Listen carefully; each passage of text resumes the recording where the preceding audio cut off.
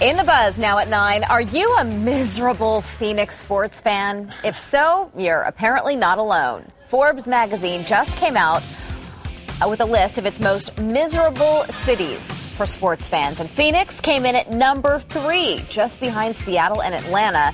How did they come up with this? Well, they took a look at all of the teams in the NFL, NBA, NHL, and Major League Baseball, and then they figured out the cities that had won the fewest number of championships in the most seasons. Phoenix has just one championship back in 2001 when the Diamondbacks won the World Series. Now at 9, what do you think about this poll? And a lot of it had to do with how close they came, too, in the sense that the teams that went to the playoffs more often but never made it made a bigger difference on this. And, I mean, the thing about Phoenix is, I hate to say this, but people in Phoenix don't seem to care about the teams as much as some of those cities like Chicago and New York, where they just, gosh, it's the end of the world. Well, I think what the deal is, this is such a transplant city. We have people coming from so many different places that have their loyalties in other states and other cities when it comes to their sports teams. So, we don't have that, diehard fan base. But then you flip the script, and like Michael Lucero says, it's sad to know that the Phoenix Suns, the oldest team in the state, hasn't won a championship yet. So,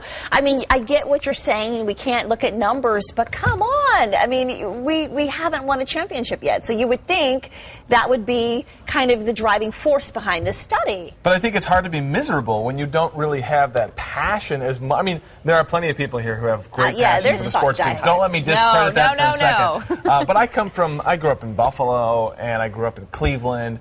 And listen, if anybody's lost, you live and breathe sports there, and they have not won. I mean, I think the last time Cleveland won was, back in the 1930s or something like that. Yeah. Their football team got taken away and pushed back. I'm just saying.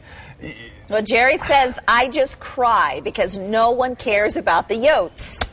I mean, again, it's that the bandwagon fan around here that a lot of people complain about. Well, Alicia Morris says, I am a die-hard, lifelong Packer fan. I cannot back the Cardinals. Never could.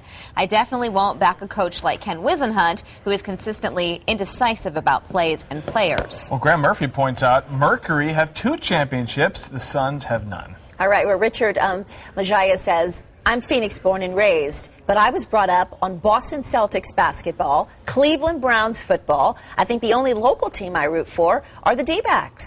Maggie Shaw says, my kids go to baseball games occasionally, and tonight they're going to a Coyotes game. I don't follow sports, so I'm not miserable about that at all. Xavier Walker says, ready for some championships. We are horrible on all levels. It's time to step up, go big, or go home.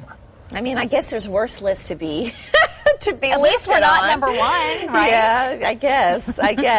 But back to the whole Cleveland, I know you're from that area, but you remember when he left, LeBron left. I'm sorry, because it was like the end when of the I world. say Cleveland, it automatically is synonymous. That's why I said he. It's like the apocalypse, right? But that town went nuts. Yeah. I mean, and it was levels of unsportsmanlike conduct by the fans. I mean, so I don't know if I want to live in a city that's obsessed with football. Yeah, but when they're doing well, it's a fun, it's a fun place to be. Well, Dan and Terry Acostas again put this in perspective. It's just sports, entertaining, yes, but there are a lot more important things in life. All things considered, Phoenix ain't too shabby.